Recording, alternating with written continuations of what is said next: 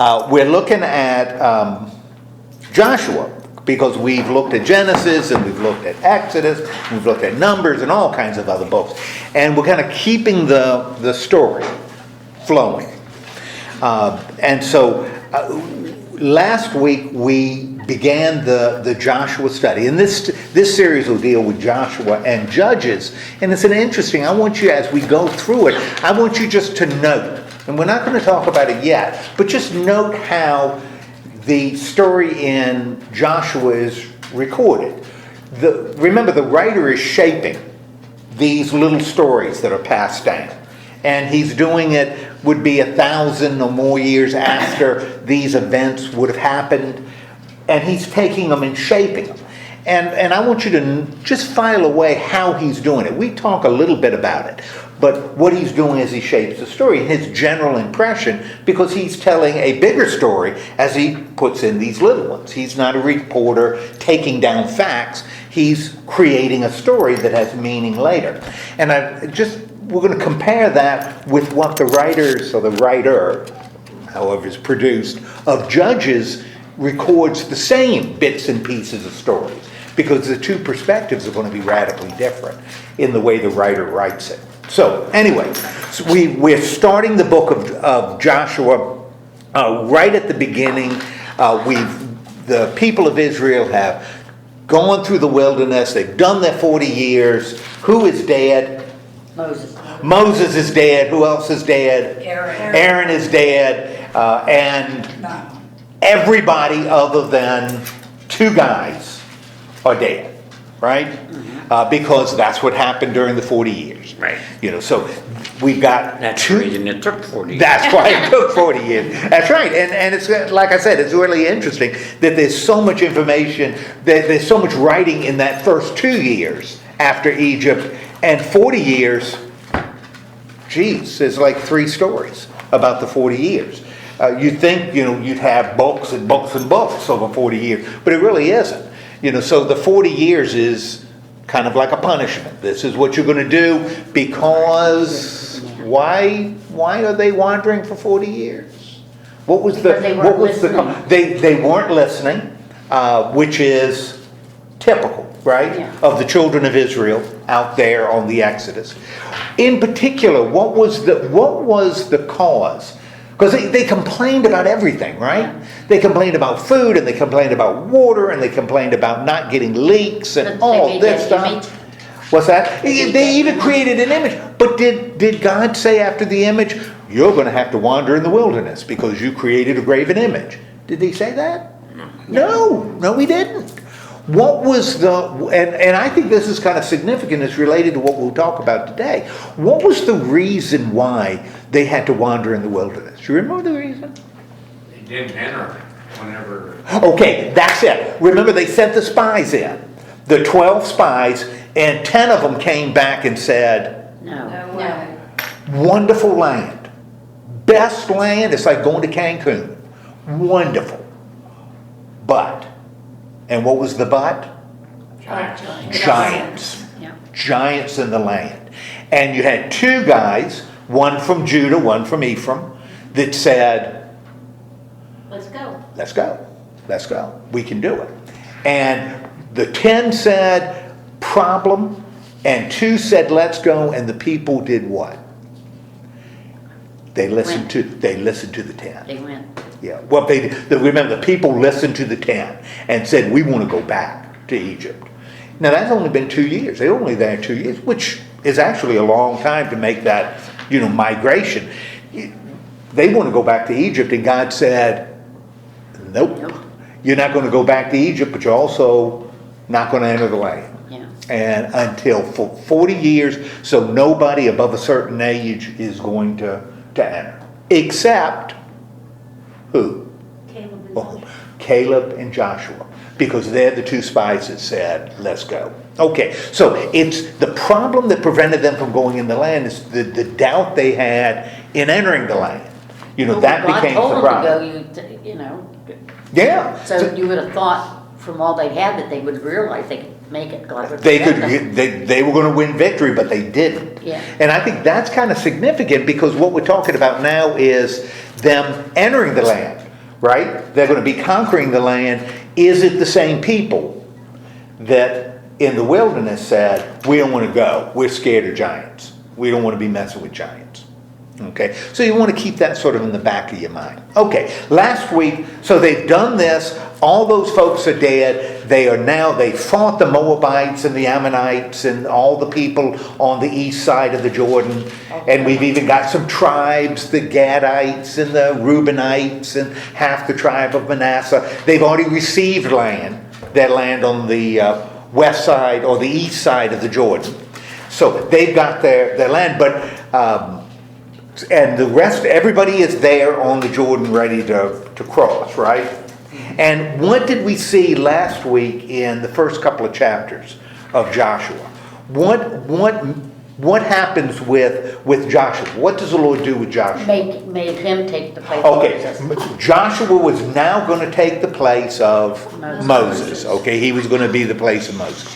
And what does God make with Joshua?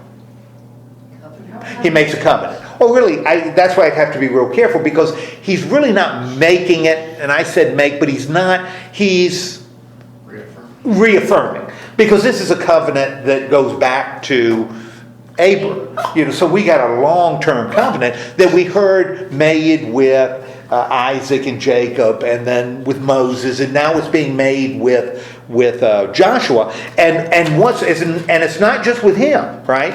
It's a covenant that's being made between the Lord and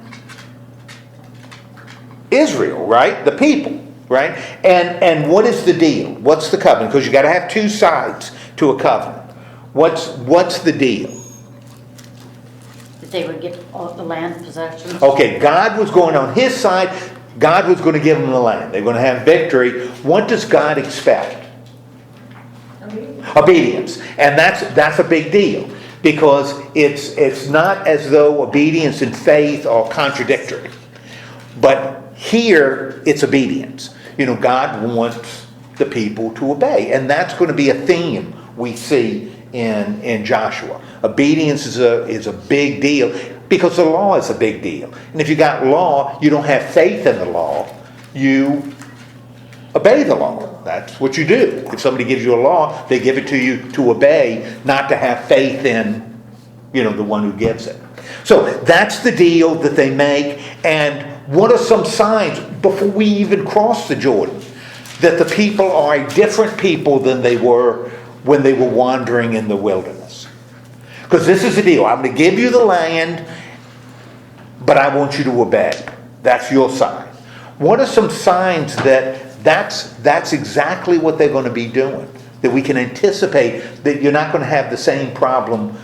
Joshua's not going to have the same problem with his people that Moses had with his. What are some of the signs? Couple of casual signs that this is not going to be an issue, that the writer drops in, I think intentionally. The land of there is rich and would be good for Okay. all the crops and animals. So the land is good. Now remember in the past though, when Moses would say something, how would the people respond? They don't like it. They complain. They complain. And then when bad things happen, they go to him and please get the Lord to stop doing this. And Moses would do it, would stop the Lord from the plague or the fire or the earth being opened, all these horrible things. And the people would say, thank you. And then the next day they would go back to complaining about something. If we're talking about the people being the same, we would expect them to continue to complain, right? There were really 2.5 tribes that were in a unique situation. That if we go back to the old days, these guys would not participate. What's the deal with those 2.5 tribes? I mentioned you just a minute ago. They said they'd go and fight. They said they'd go and fight. They already in Gilead already got the land, because it was good land. We don't need land on the west side of the Jordan. We are fine with our cattle here in Gilead. The land is good. So you give us this land as our promised land, and we're happy. So then you can divide the rest among the other tribes, 9.5 tribes. And Moses first, and then Joshua says, but what? Yeah, you can have this land, but You have to fight. you got to fight. Because this is going to be, why is that important? The unity. The unity, the conquest, and that's another thing you're going to see in Joshua. The people are united. This isn't 12 tribes fighting individual battles. These are the people of Israel fighting. And the people of Israel include the Gadites, the Reubenites, and the half tribe of Manasseh. They're going to be involved in this. And they say yes, which is kind of remarkable, because they've agreed to do what? Leave their wives and their families and their cattle and their land to fight for land that is not going to belong to them. They're not going to get anything out of this. And in fact, we're going to find they really aren't going to get, because the rules that are going to be placed on them when they start conquering, they're not going to get anything out of this other than fighting with their brothers, right? And they say yes. They say yes. They're not going to say yes in Judges. We're not going to see them saying yes, we'll do it in Judges, but we do see them here, because unity is a big deal. Okay, that's one sign. Another sign, I think, involves something that happens in the second chapter as they're looking at the land and how they're going to conquest. And remember, they're still on the other side of the Jordan, east side of the Jordan. What does Joshua do in the second chapter? He sends a couple of spies. And based on what we've seen in the past, when Jewish spies go into land, what do they end up doing?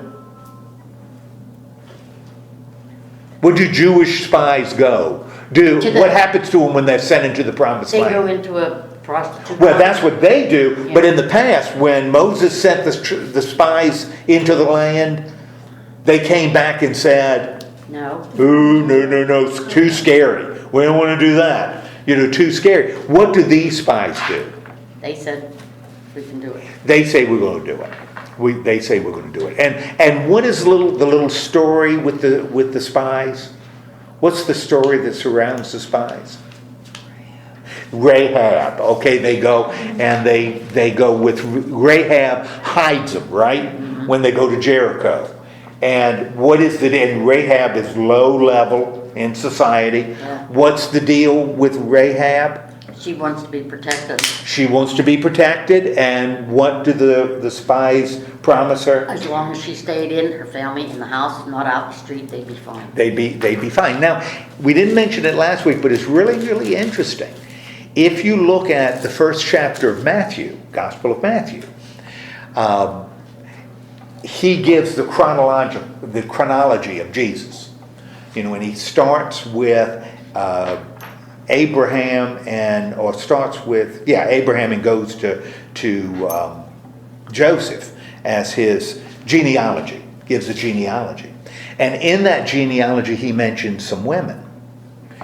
And one of the women he mentions in his genealogy is Rahab. Rahab is mentioned. Rebecca's not mentioned. Sarah's not mentioned. Rachel's not mentioned. Leah's not mentioned. Rahab is in his genealogy. Interesting. Who else? Do you know who else is mentioned?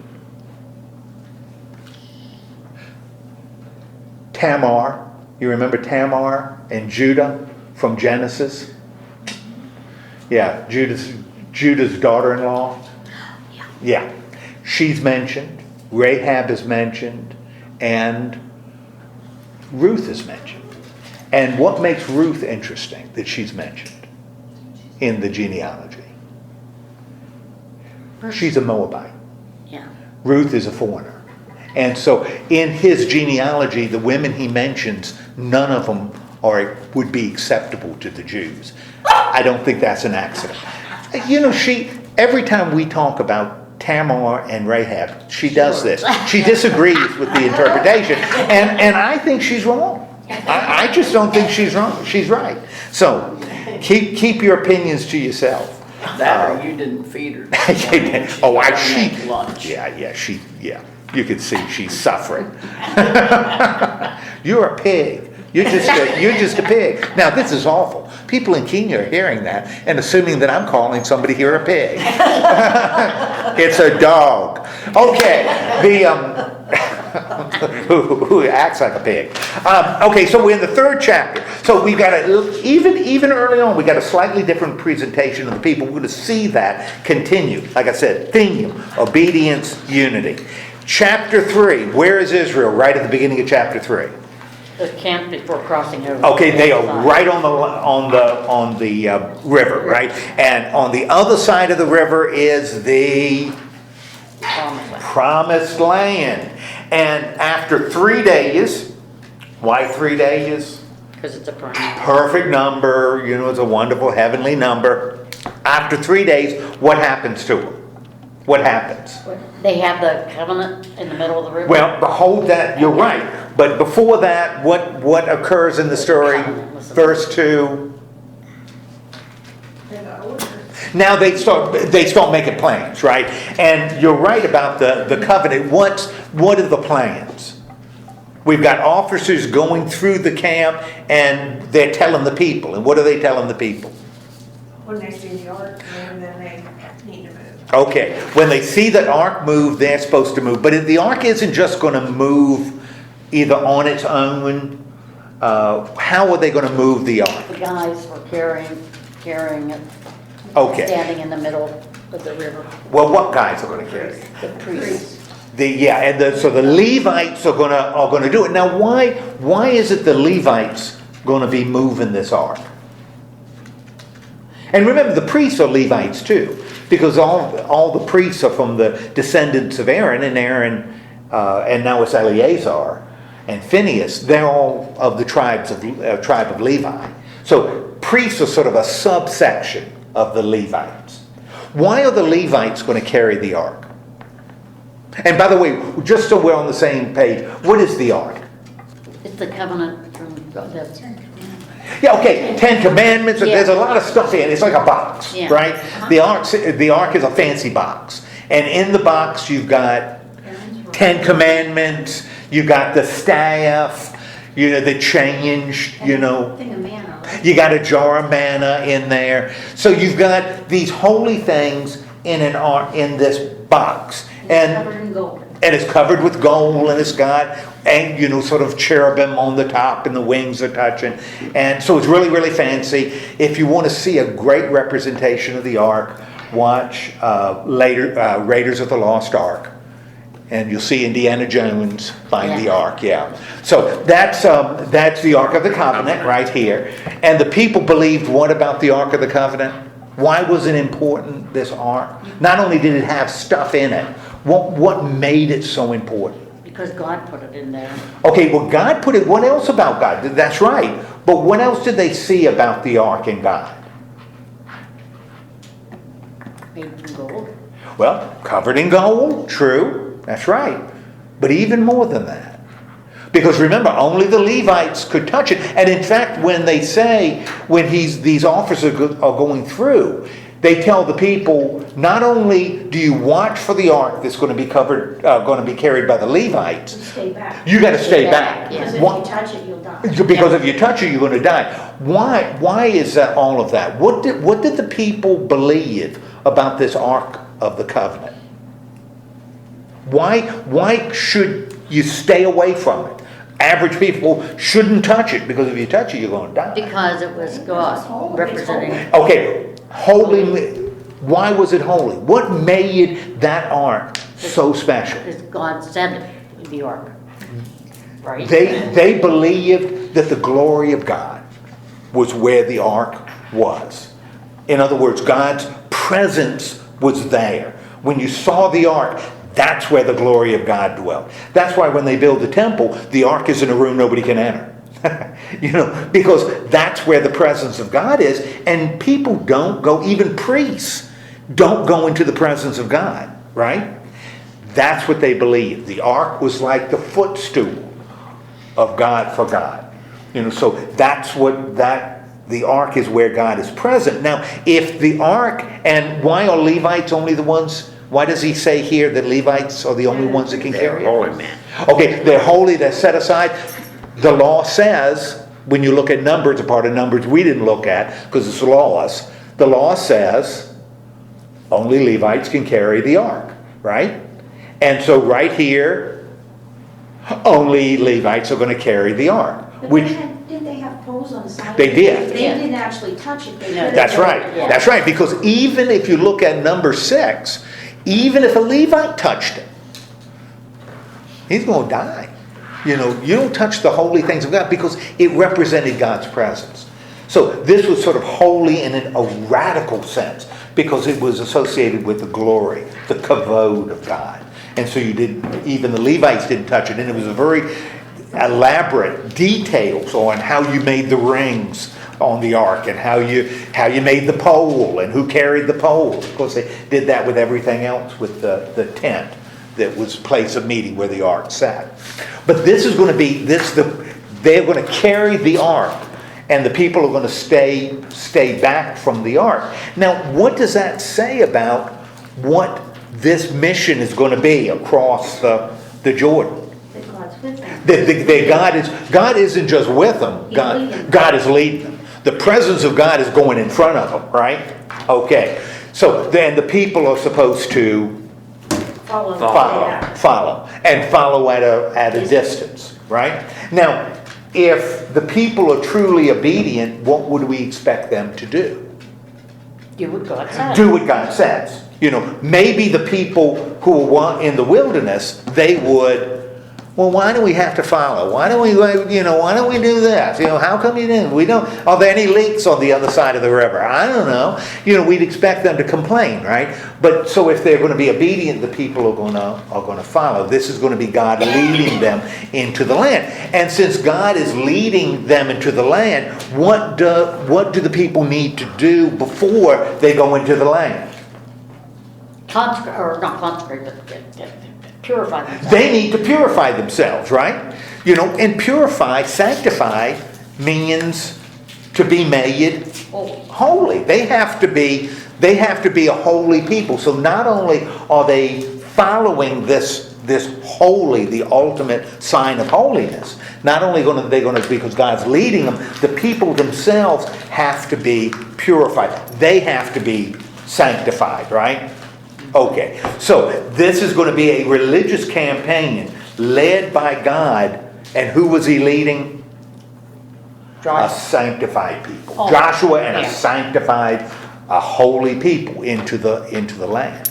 Now, for them to be, though, truly the people of God, the obedient people of God, if obedience is really going to be stressed, and like I said, I believe it is in Joshua, there's one thing, and we don't even know they need to do it until a little bit later. What are the people going to need for them to be truly the descendants of Abraham, the obedient descendants of Abraham? What do the people need to do before they can enter the land? Be circumcised. They need to be circumcised. Because remember, that was, when we look at Abraham and Abram and the covenant, remember we said that depends on the strain of tradition. There were actually three times the covenant was made with Abraham. One had to do with faith. Abraham had to be faithful, had to leave his family and go into the land and trust that God was going to be with him. But he also was commanded in another later covenant, that in I think 17th chapter of Genesis, that he was supposed to be obedient. And the sign of his obedience was circumcision. You don't have to, God didn't say, trust me on this. God said, you got to be circumcised. That was going to be the sign of obedience. That was going to be the sign that you're one of my people. Obey. Same thing we saw with the law. The law does the same thing. You got to obey me. If you're going to be my people, you got to obey my law. Well, if you're going to be an obedient people of God, the people of God, you got to be circumcised. Now, it says, so the people, before they can cross the river into the promised land, they need to be circumcised. Now, I'm scratching my head and saying, well, weren't they circumcised already? I mean, we read the narrative in Exodus and we read it in Numbers. Was there any mention of circumcision in Exodus and Numbers? No. This is a new generation. Yeah, we never heard it. And so the writer has to do what? Which is kind of interesting. What does the writer have to do? Has to explain why they're getting circumcised, right? What do they do, line up and, like there was a, as they go through, they do the thing. Give you a visual. Shelley, Yes. they line up so they can do the thing. Yeah. Well, and the thing was being done with what? What does A it knife. say? What kind of knife? A scimitar. Yeah, well, a tiny little guillotine. How was it? Because it was very specific how they were to do it. It's the same in here. Yeah. What were they going to use? A blessed knife? It was a flint knife. They were going to use a flint knife, a knife made of flint. Oh. Well, actually, flint can be pretty sharp. So Oh, okay. but it has to be you can make flint really. It can be sharper than steel. In fact. It was Just good not thing, as 'cause durable. after the first one, probably everybody else had run away. Yeah, that's. They heard him yell, I don't know. Let's not pursue Why? It's interesting. Well, it is, but I'm not sure it's. Appropriate. Well, I don't know. I don't mean anything disrespectful, just. Oh, I know. It's one of those interesting little things. Well, just to tidbits. put your mind at rest, they don't use a flint knife anymore. Well, I'm afraid. My mind wasn't at ease, unrest because of that. So, but thank you anyway. Give you reassurance, yeah. I appreciate that. So they end up all getting circumcised, and there's that story about why they needed to, and why was that necessary to get circumcised. Because God wanted it done. Well, God wanted it done, but what was the problem?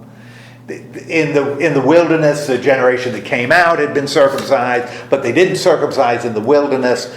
That was, information. We've read the story, it wasn't even mentioned in the story, but you have to explain why it was being done because it seems to contradict. Why do you think the writer is including this business about circumcision here? Cleanliness? Well, Purification? yeah, that's it. If the writer wants to focus on the obedience of these people, boom, this is it. Okay, so, but before they even do that, what does Joshua tell the priests? As the people are sanctified. Done the circumcision. Yes, they do. That's right. That's right. The priests are there in front of the people. The Lord, they take the covenant in front. What does the Lord say to Joshua? What does the Lord say in verse 7? What does he say to Joshua? Which becomes kind of interesting. What the Lord says to Joshua. What does he say? Okay, going to be exalted. Going to be exalted in front of all of Israel. And whose name is mentioned when he talks about being exalted? Moses. Okay, talks about he's going to exalt Joshua like Moses. Now, why is that important for people to believe later?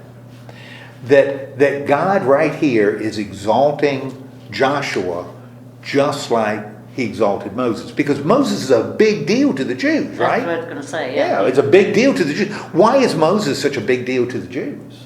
Because God appointed him and he's the one that took them. Okay, because he led them out of Egypt. What else did God do through Moses? Gave them the Ten Commandments. And in fact, for the Jews, gave them the whole law. The whole Torah came from Moses. So they have the law because of Moses.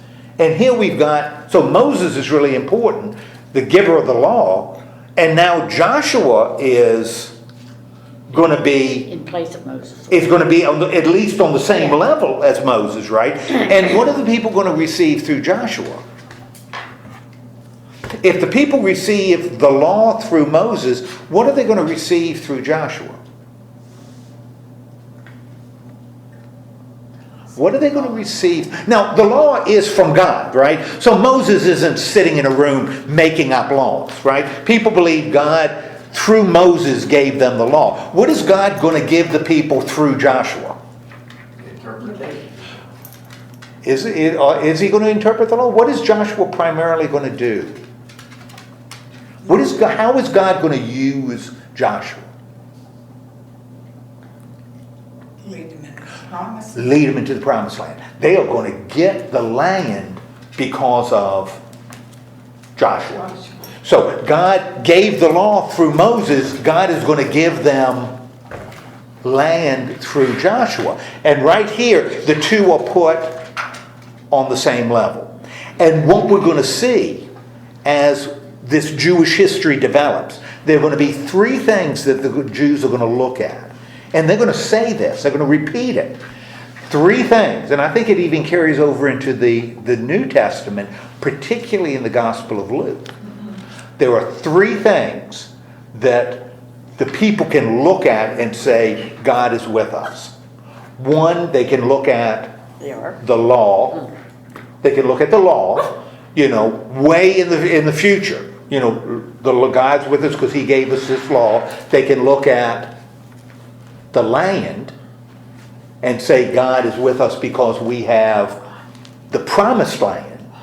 And later they're going to say God is with us because he gave us a king. The king in the line of David, a Davidic king. Those are going to be the three signs of God's promise that the Jews are going to hold on to. And that we see even conveyed in the New Testament. That's why Jesus, and when you look at land is going to become focused on, in particular with Solomon, is going to be more and more focused on temple.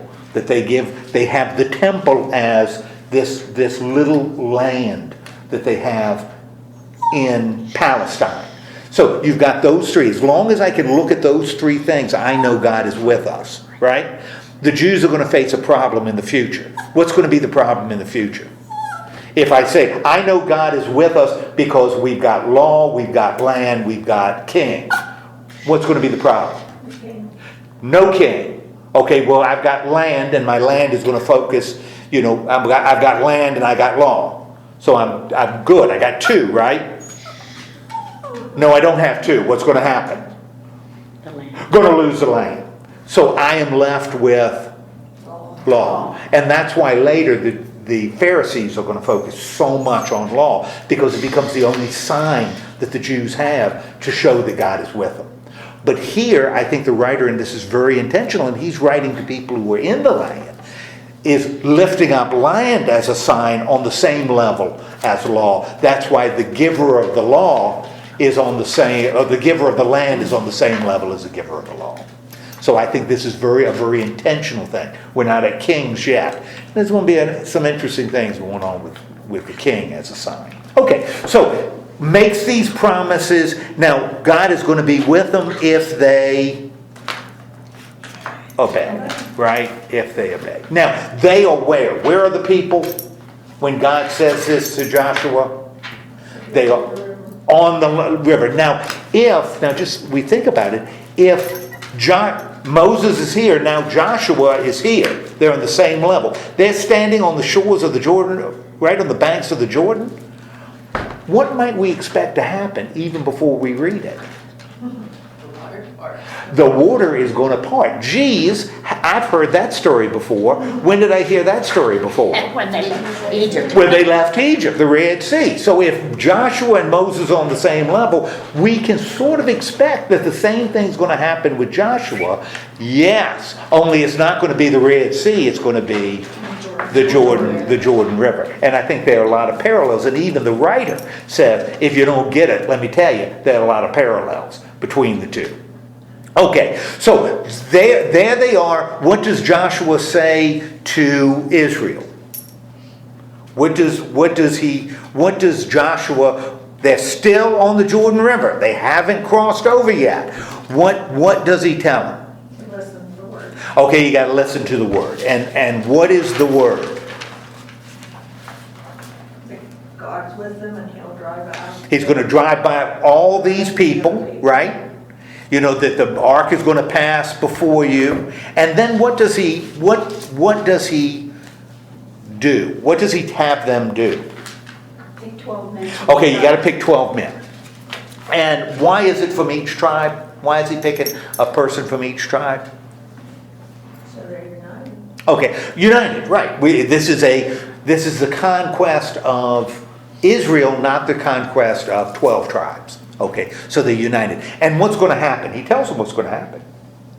What's going to happen? You're going to carry the ark through. Okay, they're going to carry the ark. They're going to go before you, right? And the priests who bear the ark, and the priests are Levites, are going to bear the ark. And the waters are going to do what? They're going to pile up. You know, they don't have to part because it's a river, right? So if you block a river, The rest are. yeah, you don't have to part the other side because there's going to be nothing on the other side, right? It's not like the Red Sea or a lake where you have to have both sides. But here they're going to stop. The water's going to pile up and is going to be dry. Now, what's going to happen when what ends up happening? What ends up happening? The men have to stand out holding the ark. And Okay. He has to go around it.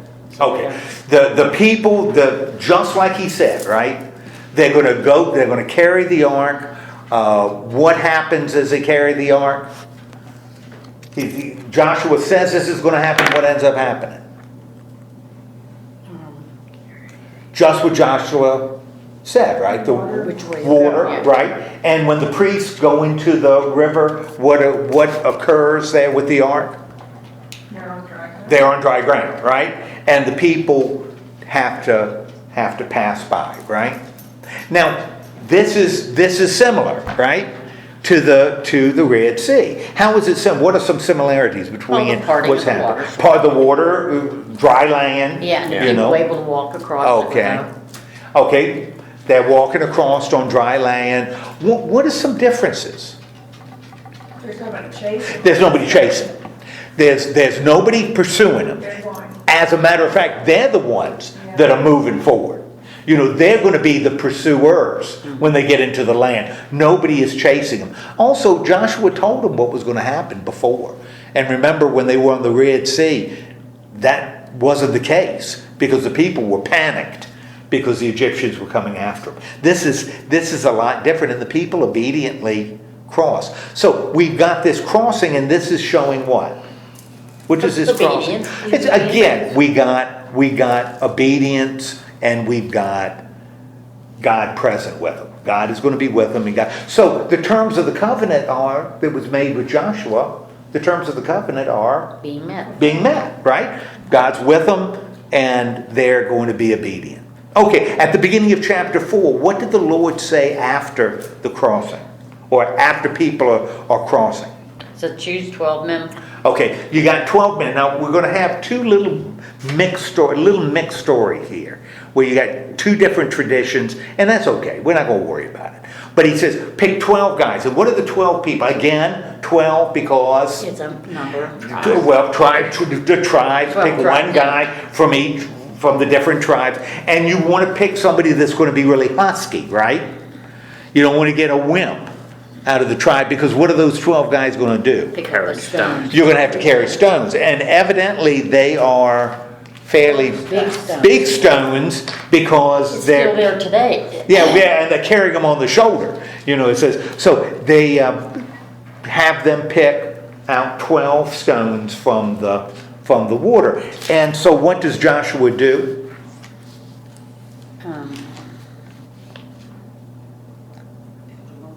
called them, 12 men together and appointed. them from Okay, the that's what they Israelites. do. He gets the 12 and they carry it. And what is this going to become? These 12 stones. We don't know yet what they're going to do with them. But what are these 12 stones going to? Well, in a way, it does say what he does say what they're going to do. What are they going to do with it?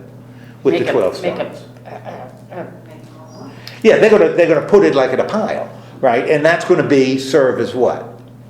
What are these 12 serve? Oh, going to be a marker, going to be a Reminder. a memorial, a reminder. It's going to be a sign. It's going to be all of these things. A sign that God is Present. present and a reminder of what God has done because they're picking it out of the riverbed, right? So it's not just 12 random stones. This is going to become, and it's kind of interesting. Every now and then in the story, have you ever heard in movies or television where they talk about breaking the fourth wall? Do you know what that? It's when you're watching a TV show and all of a sudden a character in the show turns to the camera and says something that like he's talking to the audience. It doesn't involve the story. He's like saying, "Can you believe they did that?" And then you go back to the story. That's breaking the fourth wall. When you're communicating something to your audience that's really not part of a narrative story. You're kind of coming out of your character and telling the audience. That's what the writer does a couple of times here. And the stones are still here today. Well, that's not part of the narrative. He's kind of turning to us and saying, as he's narrating the story, those stones are still there. You can go see them. And if you got a camera, you can take a picture, maybe a selfie by the 12 stones, because it's still there. And that's kind of, and he does it, he'll do it again, kind of breaking that fourth wall. And because he's talking to his audience, who's reading this much later. They're not supposed to be part of the story, they're hearing the story. Okay, and it shows, why does this become so important? It's a reminder, right? It's a memorial. It's something that reminds us. What are some of the other what's another sign that we've seen in this Exodus story that God said, this is going to be a memorial. This is something to help you remember. I'm giving you this as a way to remember. Now, right here he's saying these 12 stones this is a way for you to remember what happened at the Jordan River. What was another time in this bigger story, this story of all the way back to the Exodus, that God said, I want you to do this. This is going to be a memorial of what I've done. Do you remember what that? Same kind of language. Do this to remember.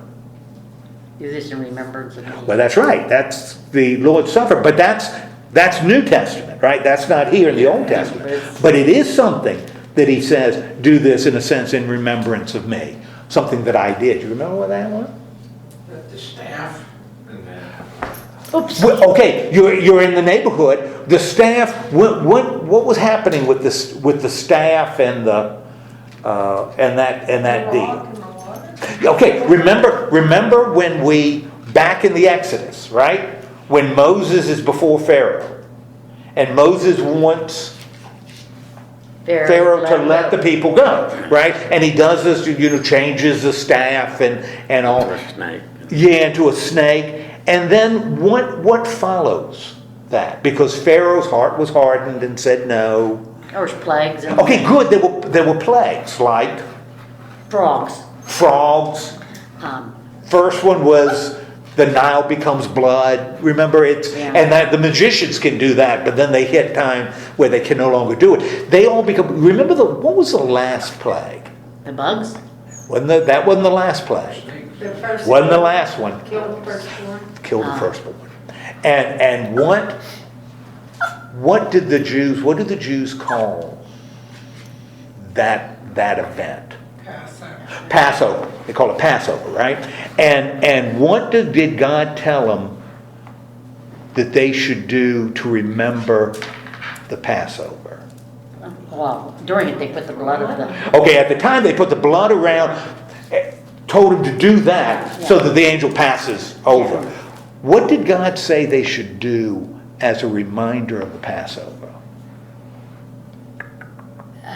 The feast of Feast, right? Okay, good. He said, you need to celebrate a meal. And do you remember what was integral to this meal? Fish.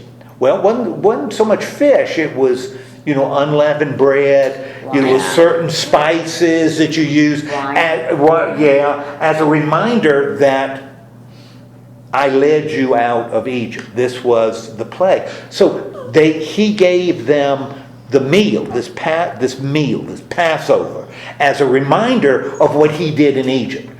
Uses the same language here. This is a reminder of what God is doing here. Now, I don't think it's accidental that one reminder is associated with Another. Moses and the other is associated with Joshua. One reminder sort of introduces an exodus that's going to lead to the law. The other one is a reminder of God leading them into the land. So you've got the two reminders where this language is used. One pointing with Moses moving out of Egypt, the other one with Joshua moving into the land. It's all gone. Okay, and it's not a shock. So they do this. Then there's another little story that's associated with the rock. What else do they talk about the 12 rocks? Because this evidently is another 12 stones are talked about again. In the middle of the Jordan. Yeah. So the stones, what I think you've got these two stories. You got two stories. He tells to carry the stones. In one story, they take the stones and do what with it? Make a memorial on dry land, right near Gilgal, where they come across. In the other story, they make the same memorial, but in the middle of the river. So, but we're not going to worry about that. Evidently, the redactor, the one who organizes, believes both of them are worth saying, even though he never says, get 12 people to carry one set of stones and then 12 more people to carry 12 more stones. Never says that. Right. So it would seem to be the same stones, but they're being laid in different places. Okay, so. And we can't have the bag. All right, so they've crossed the Jordan, right? And they are there. Where are they now? Once they get across the Jordan. The other side. Okay, they're on the other side of the Jordan. But do they start conquering when they're on the other side of the Jordan? I don't think immediately. They don't. And remember, the writer tells us early on that who is there on the other. He reminds us, he doesn't go through all the tribes, right? But he does remind us what tribes are there. What tribes are on the east side of the Jordan? Reuben is, Gad is, half tribe of Manasseh. Why does he remind us that those tribes are there? Because they don't have to be there. They're not going to be conquering the land for themselves. How many are ready for war? 40,000. Okay, you got a whole bunch of people ready for war. 40,000. Well, he gets the bag. She got the bag, yeah. Finger. The Part of my purse. okay, so what happens to what they're across? What happens to Joshua? As they're across the Jordan, what happens to Joshua? Again, he's exalted, right?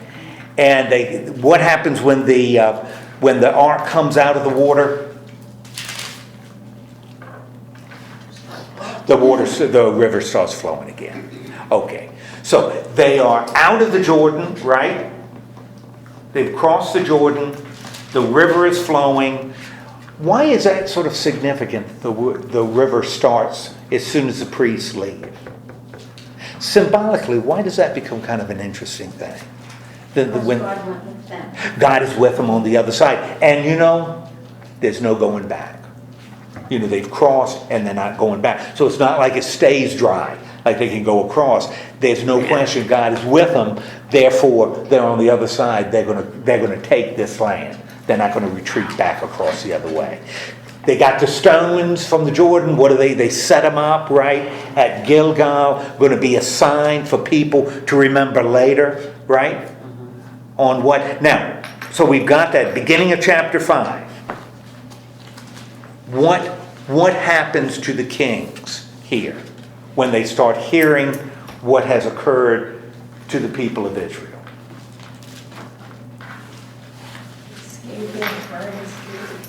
They are afraid. Their hearts melt. Now, have we gotten any land conquered yet on the west side of the Jordan? No land. Now we've got this. Before they take the land, they do two things. Now we've got the story about them being circumcised. So they've crossed into the land, but before they can take the land, they need to be circumcised because they need to be God's people, right? Yes. And it says, why does, what happens after the circumcision? What does it say the circumcision is going to do for the people?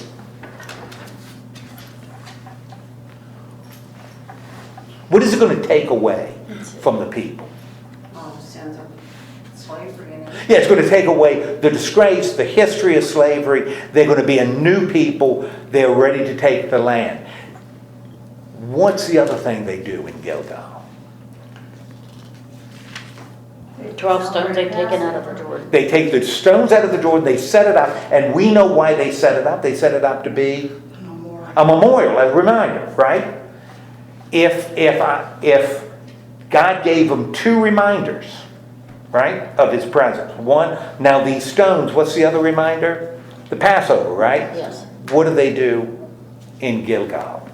They're circumcised, which means they are obeying the covenant made with Abraham. What do they do also in Gilgal? They celebrate Passover. They celebrate Passover. Now, why is that so powerful that they celebrate Passover there in Gilgal? They needed to establish. That's the covenant God. They are obeying what God has commanded them to do. And think about it. This is the first Passover they've celebrated in the Promised Land. Yes. This is the first Passover celebrated in the Promised Land. Wow. And what else happens that becomes really dramatic? The manna stops. And what do the people start doing? They start eating the food of the land. They start eating the food of the land. Now, why is that so significant? They celebrate the first Passover in the Promised Land. Now the manna stops, which meant when they were fighting the Moabites and the Ammonites and they were settling into Gilgal, what was still happening? God was still giving them manna, right? And quail, you know. They were still living. God was still providing for them. Now they're in the land. God doesn't need to do it anymore. Because they have The land. They have the land. They are now Able to feed themselves. right because they're home. You know, they're home. And when Joshua looks up, what does he see by the Jordan? Because the writer tells us they can see what in the distance. They're on a plain Promised before land. the Promised Land, but in particular, they could see the city of Jericho. there by Jericho. What does Joshua see by the Jordan? He has a vision. What is his vision? The man with the sword. He sees a soldier, doesn't he? And what does the soldier have?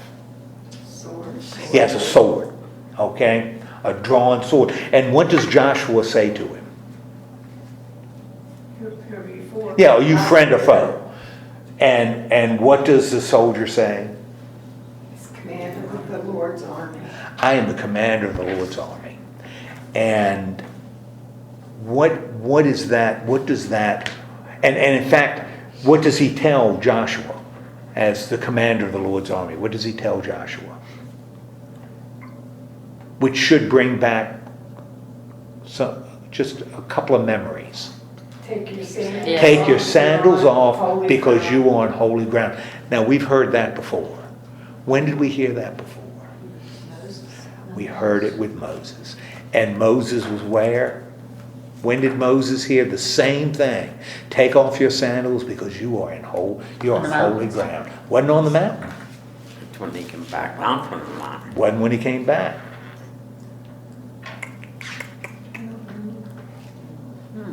What was the definitive, Moses' definitive experience of God right near the beginning of his story?